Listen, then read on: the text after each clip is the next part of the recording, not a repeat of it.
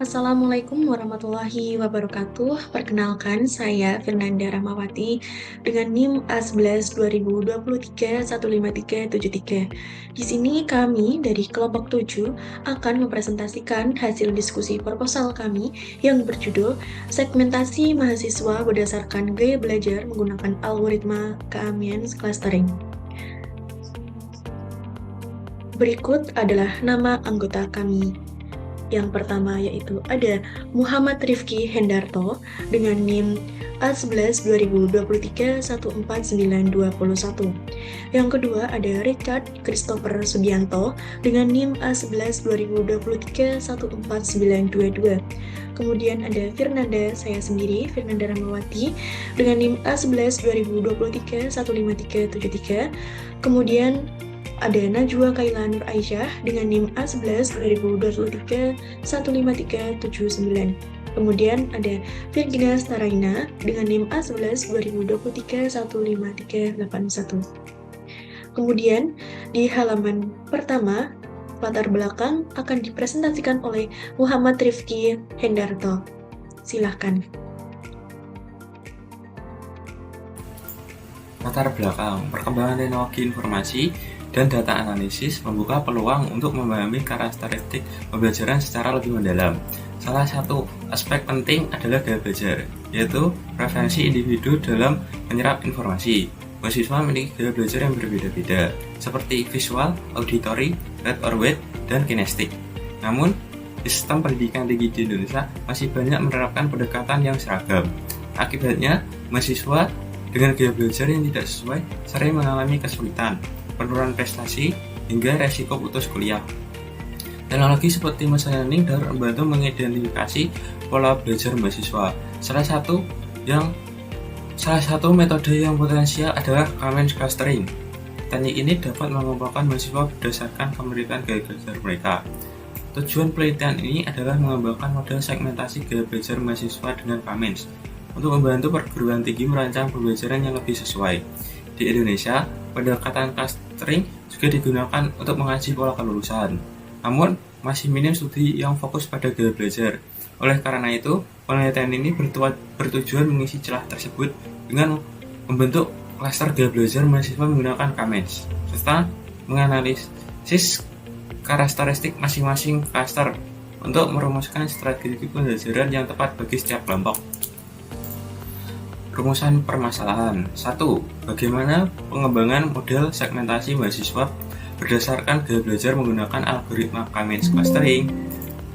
2. Bagaimana karakteristik masing-masing clustering yang terbentuk dan hasil segmentasi tersebut? 3. Bagaimana strategi pembelajaran adiktif yang sesuai untuk setiap clustering yang teridentifikasi? Pendekatan pemecahan masalah. 1. Pengumpulan data, yaitu menggunakan instrumen VAR, visual, auditory, read or write, dan kinestik.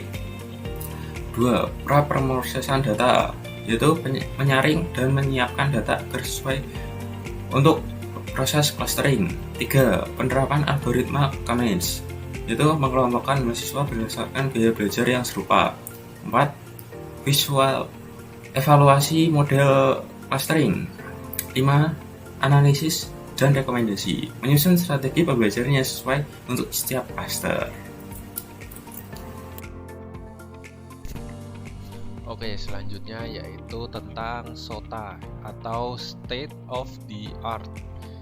Jadi penelitian ini mengenai gaya belajar yang telah lama menjadi pijakan penting dalam dunia pendidikan untuk menciptakan pendekatan pembelajaran atau yang biasa kita sebut sebagai kurikulum yang lebih efektif dan sesuai dengan karakteristik peserta didik, yang tentunya setiap waktu peserta didik itu juga berkembang juga karakteristiknya mengikuti dengan perkembangan zaman.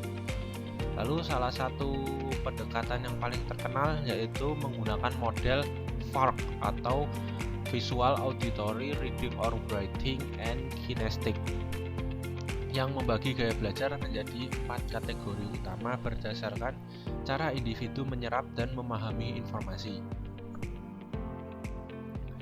Jadi bisa dilihat pada grafik yang kiri, grafik yang pertama itu tentang distribusi gaya belajar VARK. Bisa kita lihat bahwa pada gambar tersebut menunjukkan bahwa persebaran datanya cukup merata, yang dimana paling banyak didominasi oleh gaya belajar visual dan yang paling sedikit adalah gaya belajar auditory. Lalu pada gambar yang kanan adalah perbandingan nilai akhir dengan gaya belajarnya. Dapat dilihat nilai yang paling tinggi didapatkan oleh auditory, lalu disusul dengan kinestik, lalu visual, dan yang terakhir ada reading or writing. Nah, temuan ini memperkuat pentingnya implementasi strategi pembelajaran yang adaptif dan multimodal, khususnya dalam konteks pendidikan tinggi. Integrasi teknologi pembelajaran yang mendukung berbagai gaya belajar seperti video interaktif, simulasi praktis, serta forum diskusi daring dapat membantu menciptakan lingkungan belajar yang lebih inklusif dan optimal bagi seluruh mahasiswa. Perkenalkan, nama saya Virginia Staraina dengan NIM 1120231531531. Di sini saya akan menjelaskan kebaruan penelitian. Kebaruan utama dari penelitian ini mencakup ada 4, yaitu 1. Pemanfaatan kombinasi atribut demografis, akademik, dan perilaku untuk memprediksi gaya belajar mahasiswa, bukan hanya data survei atau preferensi langsung. 2. Implementasi model klasifikasi cerdas seperti random forest, gradient boosting, dan teknik ensemble learning untuk mendeteksi gaya belajar secara otomatis. 3. Ada fokus lokal pada mahasiswa Indonesia, sehingga hasilnya relevan dengan struktur pendidikan nasional dan karakteristik generasi muda lokal. 4.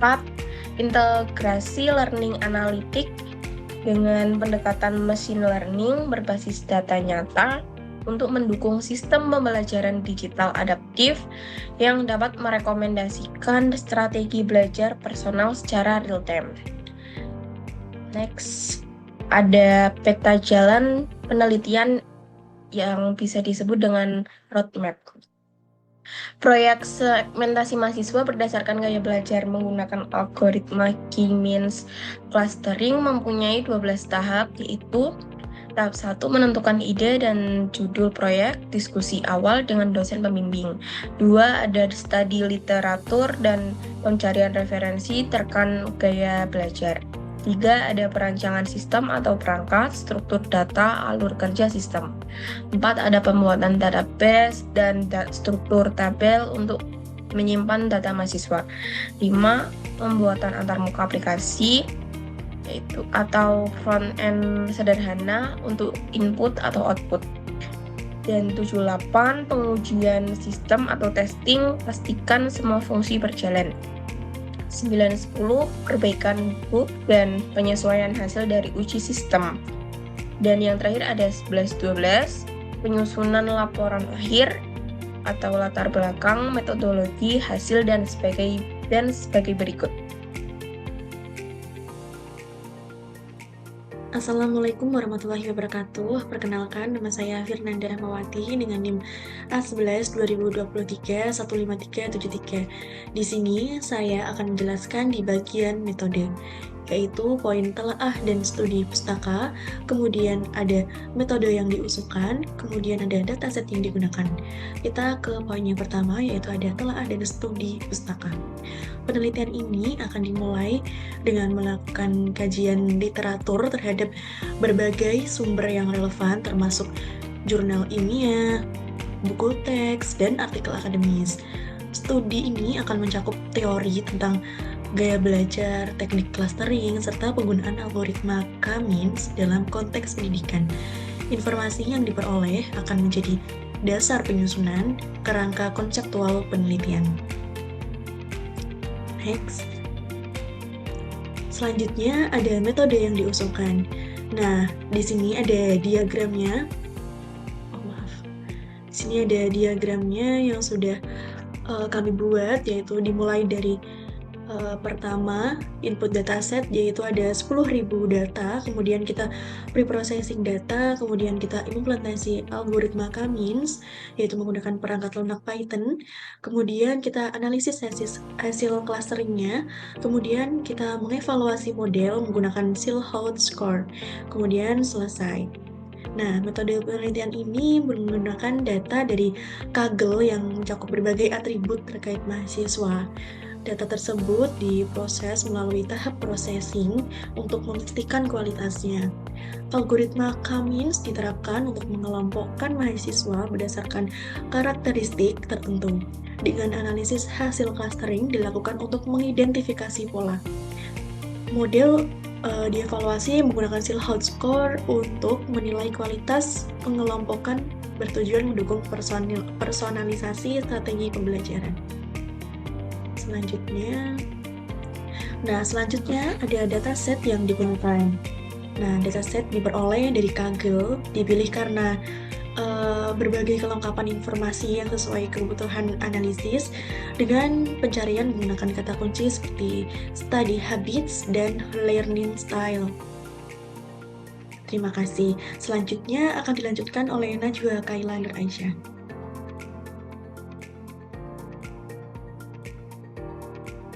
Saya Najwa Kaila Nur Aisyah, NIM A11-2023-15379 akan melanjutkan presentasi kelompok kita. Metode yang selanjutnya adalah eksperimen. Pada tahap eksperimen, kami melakukan beberapa langkah penting, yaitu pra-pemrosesan data. Yang pertama, pra-pemrosesan data dilakukan dengan menyaring data yang tidak relevan dan menormalkan nilai agar sesuai dengan kebutuhan algoritma. Yang kedua, kami melakukan proses clustering menggunakan algoritma K-means dengan mencoba berbagai nilai K untuk menemukan jumlah cluster yang optimal. Selanjutnya, kami mengevaluasi hasil clustering kami menggunakan dua metrik, yaitu Silhouette Coefficient dan Davis-Bouldin Index. Tujuannya untuk menilai seberapa baik mahasiswa dikelompokkan. Kemudian yang terakhir dilakukan analisis cluster untuk mengidentifikasi ciri khas atau karakteristik utama dari setiap kelompok mahasiswa berdasarkan gaya belajar mereka.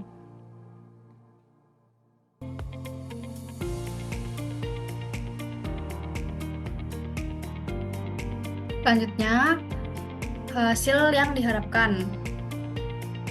Kami menargetkan beberapa hasil utama. Yang pertama, terbentuknya klaster gaya belajar yang valid dan mudah dikenali, sehingga bisa digunakan untuk strategi pembelajaran yang lebih personal. Kedua, kami berencana mengembangkan aplikasi klasifikasi berbasis web yang dapat digunakan dosen maupun mahasiswa untuk mengetahui tipe belajar dominan. Yang ketiga, hasil penelitian ini juga akan kami susun dalam bentuk artikel ilmiah yang siap dipublikasikan. Kemudian yang terakhir, kami ingin menyusun paduan strategi pembelajaran adaptif yang dapat diimplementasikan oleh para dosen di kelas. Kesimpulan dari penelitian ini itu menunjukkan bahwa pendekatan berbasis data, khususnya menggunakan algoritma K-means clustering, sangat berguna untuk memahami gaya belajar mahasiswa secara lebih mendalam. Dengan adanya segmentasi yang akurat, dosen dapat menyesuaikan metode mengajar sesuai karakteristik mahasiswa, sehingga proses pembelajaran menjadi lebih efektif. Selain itu, penelitian ini juga membuka peluang untuk pengembangan sistem pembelajaran berbasis AI dan learning analistik ke depannya. Terima kasih atas perhatian dan waktunya. Kami berharap penelitian ini bisa menjadi langkah awal menuju sistem pendidikan yang lebih inklusif, adaptif, dan berbasis data.